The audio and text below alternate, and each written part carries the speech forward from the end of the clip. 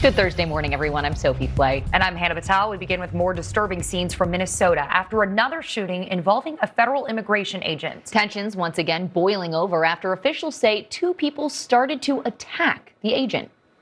Overnight, violent clashes unfolding in the streets of Minneapolis after the second shooting by a federal agent in 1 week. Law enforcement agents deploying chemical irritants as demonstrators set off fireworks in their direction.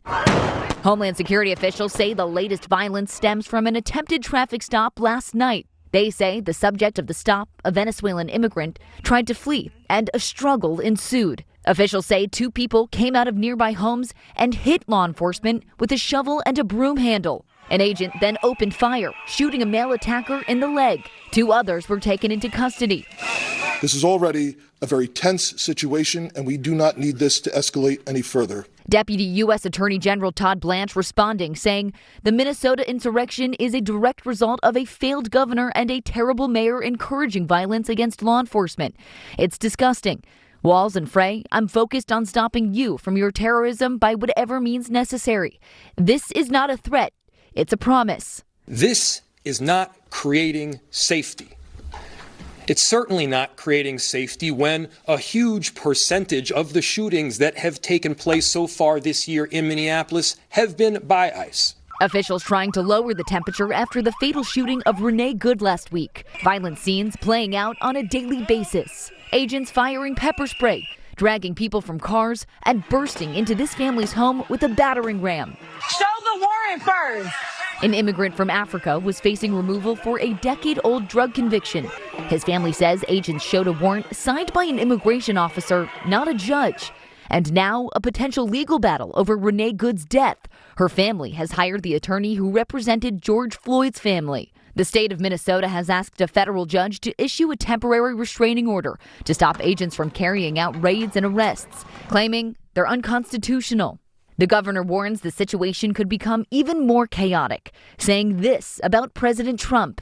This week, he went online to promise that, quote, the day of retribution and reckoning is coming. That's a direct threat against the people of this state, who dared to vote against him 3 times, and who continue to stand up for freedom with courage and empathy and profound grace. As for the state's request for a restraining order, the judge is giving the Trump administration more time to respond. Now to the unrest in Iran. U.S. military personnel in the region on alert. Some now being urged to evacuate because of the rising tensions. ABC's Nicole D'Antonio has the details. Nicole, good morning. Well, Hannah, good morning. President Trump says the killing of anti-government protesters in Iran has now stopped. At the same time, the region appears to be bracing for possible U.S. military action. This morning, as tensions escalate in Iran, the U.S. is evacuating some personnel from its biggest military base in the region. Iran also temporarily closing its airspace to commercial flights last night. Planes forced to reroute amid concern over possible military action. Activists say more than 2,500 people have been killed in the regime's brutal crackdown on anti-government protesters. President Trump has warned the U.S. will take action if Iran begins executing jailed protesters. But now Trump says he's been told that Iran's government is holding off on executions. They've said the killing is stopped and the executions won't take place. Trump suggesting military action against Iran is on hold, at least for now. We're going to watch and see what the process is, but we were given a very good statement by people that are aware of what's going on. At the White House yesterday, attention turning to the president's push to take over Greenland. Officials from Greenland and Denmark met with Vice President Vance and Secretary of State Rubio, both sides acknowledging what Denmark called a fundamental disagreement. It's clear that the president has this wish of conquering over Greenland. We made it very, very clear that this is not in the interest of the kingdom. Trump insists the U.S. needs Greenland for national security. His Interior Secretary, Doug Burgum, posting this image showing the U.S. interior spanning from Alaska all the way to Greenland. But Arctic security experts tell ABC News there's no immediate threat near Greenland, noting that Chinese and Russian ships have been more active in the Bering Strait near Alaska. Still, Denmark is now beefing up its military presence in Greenland. France, Germany, and other NATO allies are also sending troops. Meanwhile, on Capitol Hill last night, the focus was back on Venezuela. Vice President Vance casting a tie-breaking vote to reject a measure that would have limited President Trump's power to conduct further military action in that country. Trump meets today with Venezuelan opposition leader Maria Machado. And an official says the U.S. has now completed its first sale of Venezuelan oil valued at $500 million. Verizon says it's now restored service after an outage affecting millions of people across the country. Sources say it was not a cyber attack, but instead a server problem in New Jersey. Verizon recommends restarting your device if you're still having issues. The company is promising account credits to those affected. The NASA astronauts forced to cut their mission to space short because of a medical issue are returning home this morning. No other space station crew has ever had to do this. Here's ABC's Andrea Fujii. This morning, 4 astronauts coming home after undocking from the space station. Undocking confirmed. The crew splashing down off the San Diego coast, returning to Earth 1 month early because of a medical situation on board. The astronauts spoke earlier about their unprecedented early departure.